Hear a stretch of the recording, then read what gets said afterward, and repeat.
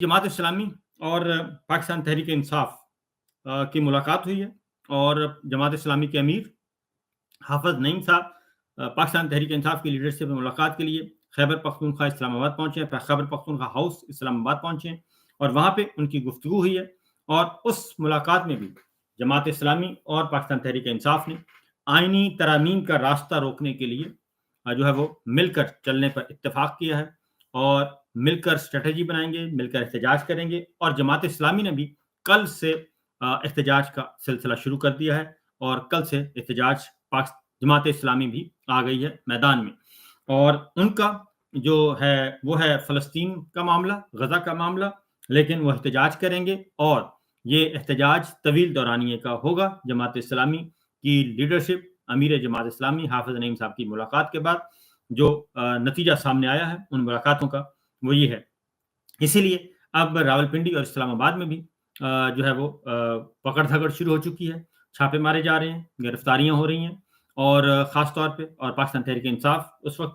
है जी टारगेट और इसके साथ-साथ जमात इस्लामी भी टारगेट है। और आपको पता है कि पहले ही सेनेटर मुश्ताक जो हैं उनको गिरफ्तार किया गया था, उनकी अहलिया को गिरफ्तार किया गया और दीगर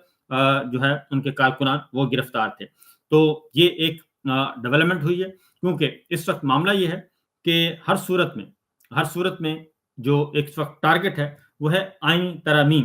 पहली बात तो ये है कि इमरान खान साहब को जो आज मुलाकात हुई है जी इमरान खान साहब से अली अमीन गंडापुर की, उसमें उनसे रिक्वेस्ट की गई कि आप एहतजाज की कॉल वापस ले लें और इस वक़्त जो वजह बताई गई, वो है जनाब शंघाई ताउन तंज़ीम कॉन्फ्रेंस हो रही है, शंघाई कॉन्फ्रेंस हो रही है और आप अपने जो एहतजाज हैं, वो उनको मौख़र कर दें 15-16 अक्टूबर तक और उसके बाद फिर ये एहतजाज जो है वो आपको अलाउ कर देंगे। इमरान खान साहब ने ये पेशकश जो है एस्टेब्लिशमेंट की, ये मुस्तरद कर दी है और उन्होंने कहा है कि पहले भी हमने आप पे एतबार किया था, 22 सितंबर का हमने जलसा मुलतवी किया था आपकी रिक्वेस्ट पे और उसके बाद 8 सितंबर के जलसे में आपने जो हमारे साथ किया, वो दहशतगर्दी के मुकदमात हुए, हमारे कारकुनान पे, हमारे रहनुमाओं पे और गिरफ्तारियाँ हुई, झूठे मुकदमात किए गए। फिर लाहौर के मामले में भी, लाहौर के जलसे के बाद भी हमारी गिरफ्तारियाँ हुई और दहशतगर्दी के मुकदमात हुए और हमारे रहनुमाओं पे, हमारे कारकुनान पे हमारा पुरअमन एहतजाज था। उसके बाद अगला एहतजाज आपने नहीं होने दिया रावलपिंडी वाला। ये सारे जो हैं, ये अब आप लोग काबिल एतबार नहीं हैं और अगर आप वाक़ई संजीदा हैं, तो पहले अपनी सिंसेरिटी जो है वो साबित करें कि आप पाकिस्तान के साथ संजीदा हैं, हमारे साथ बातचीत करने के मामले में संजीदा हैं। लिहाज़ा जो हमारे पास जो इत्तलात हैं जी, उसके अकॉर्डिंगली पाकिस्तान तहरीक इंसाफ के चेयरमैन इमरान खान साहब ने जेल से इस बात को रद्द कर दिया है और उन्होंने कहा है जी कि अब एहतजाज एज़ पर शेड्यूल होंगे। 2 अक्टूबर को भी होगा और 4 को भी होगा और फिर उसके बाद लाहौर में भी हर सूरत में हम जलसा करेंगे और आपने जितनी ताकत इस्तेमाल करनी है, कर लें। अब हमारे पास और खोने को कुछ नहीं है क्योंकि ये टाइम लेना चाह रहे हैं। मैं आपको बता दूं कि टाइम गेन करना था इन्होंने, खास तौर पे जो शंघाई कॉन्फ्रेंस का कह रहे हैं कि जी आप थोड़ा-सा हमें टाइम दें और उसके बाद 15 अक्टूबर के बाद कर लें, लेकिन ऐसा नहीं, इसमें कामयाबी नहीं हो सकी और पा इमरान खान साहब ने गो अहेड दे दिया है क्योंकि कल रऊफ़ हसन साहब ने कहा था कि एस्टेब्लिशमेंट से बात होनी चाहिए, लेकिन अब जो हमारे सामने डिटेल्स आई हैं, उसमें अब पाकिस्तान तहरीक इंसाफ की लीडरशिप बड़ी कैटेगोरिकली कड़ी क्लियर है। शेख वक़ास अकरम सेक्रेटरी जनरल ने उनका भी आ गया है और उमर अयूब साहब जो लीडर ऑफ अपोजिशन है, उन्होंने भी कह दिया है कि जनाब बिल्कुल इस मामले में हमारे कोई दो राय नहीं है कि एस्टेब्लिशमेंट से मुज़ाकरात नहीं होंगे। और अभी आपने शोएब शाहीन साहब की गुफ्तगू भी सुन ली, तो वो भी 1 2 और 2 4 की तरह बिल्कुल क्लियर है। अब ज़रा जमात इस्लामी की जो मुलाकात हुई है वो आपको मैं सुनाना चाह रहा हूँ कि जमात इस्लामी की मुलाकात के बाद वो क्या कहते हैं। ये ज़रूर सुनिएगा जी, क्योंकि वो बहुत ज़रूरी है कि जमात इस्लामी ने क्या कहा। उन्होंने भी भरपूर तरीके से मुकम्मल तौर पर इमरान खान साहब की हमायत का ऐलान कर दिया है और ये कहा है, बल्कि 2 हाथ आगे गए हैं। उन्होंने कहा कि इमरान खान को जो जेल में रखा हुआ है, जमात इस्लामी समझती है कि ये बिल्कुल एक सियासी मुकदमात हैं और इन मुकदमात में कोई जान नहीं है। प्रोफ़ेसर इब्राहीम साहब ने गुफ्तगू की है और उन्होंने कहा कि हम इमरान खान के साथ हैं और तोशाखाना केस हो या कोई और केस हो, साइफर केस हो, ये सारे फ्रॉड केस हैं और इनमें कोई जान नहीं है। जमात इस्लामी की तरफ से یہ ایک بہت بڑی سپورٹ حاصل ہوئی ہے.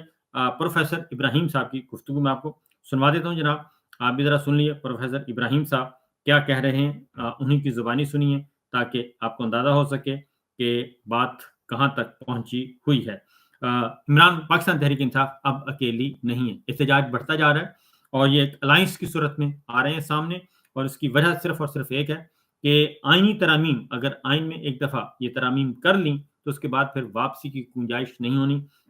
اور پھر ہم بھول جائیں سب کچھ. سنیے جی پروفیسر ابراہیم صاحب جماعت اسلامی کے رہنماؤں نے کیا بات کی.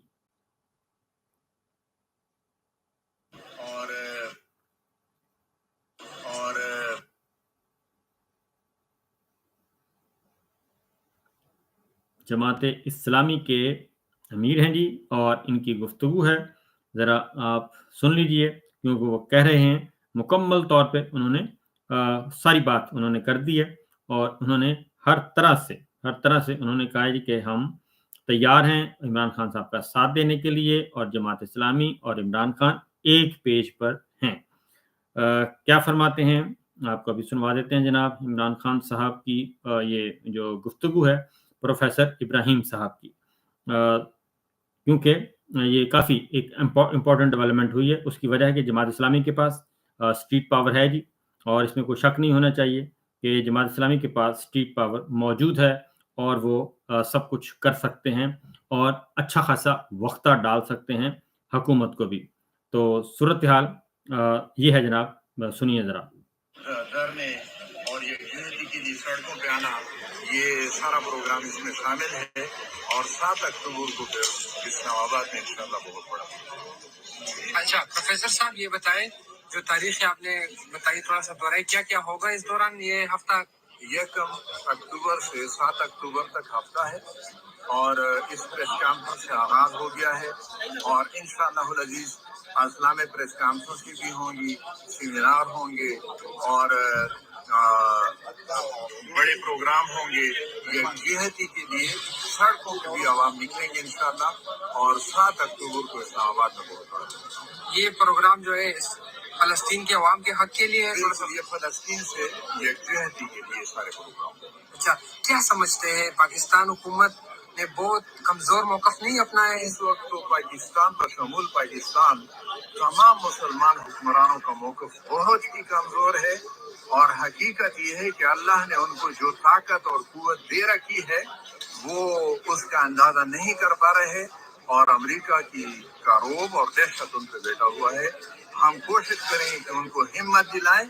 اور اس بات پہ ان کو آمادہ کریں کہ فلسطین کے مظلوم مسلمانوں. کتنا ظلم جاری ہے ایک ساتھ سے فلسطین میرے پاس فلسطین کے اندر 2% سے زیادہ آبادی شہید ہو چکی ہے, اس میں اکثریت بچوں اور خواتین کی ہے. 4% سے زیادہ آبادی زخمی ہے. 80% سے زیادہ علاقہ تباہ کنڈرات کا ڈیر بن چکا ہے. اسکول, ہسپتال اور مسجد, کوئی چیز صحیح اور سالم, اور اس طرح گھر صحیح سالم نہیں رہی. یہاں تک کہ گھروں سے نکل کے کیمپوں میں بھی انہوں نے بمباریاں کر. پروفیسر صاحب امت مسلمہ کا لیڈر عمران خان جیل میں ہے, کیا آپ سمجھتے ہیں کہ یہی وجہ ہے کہ پاکستان کا موقف بہت کمزور جا رہا ہے؟ یعنی یہ بھی ایک وجہ ہے, لیکن ہم عمران خان سے جو توقعات تھی وہ توقعات انہوں نے بھی پوری نہیں کی, اور پھر ان کے ساتھ زیادتی اور ظلم بھی ہو رہا ہے. یعنی جن باتوں پہ ان کو جیل میں ڈالا گیا ہے, حقیقت یہ ہے کہ انصاف کا تقاضا ہے کہ ان میں سے کسی بھی بنیاد پہ اس کو جیل میں نہیں ہونا چاہیے, اور ان کے ساتھ ہی زیادتی اور ظلم ہو رہا ہے. اس پہ ہم پہلے بھی آواز اٹھا چکے ہیں, اور اب بھی یہ کہتے ہیں کہ مثلا توشہ خانہ بشرا بی بی اور عمران خان کو اگر گرفتار کیا گیا ہے گاڑی کی وجہ سے,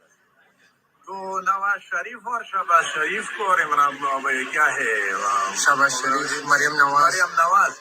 گاڑی پہ ان کو نہیں جیل میں ہونا چاہیے, زرداری کو نہیں ہونا چاہیے. اور اسی طریقے سے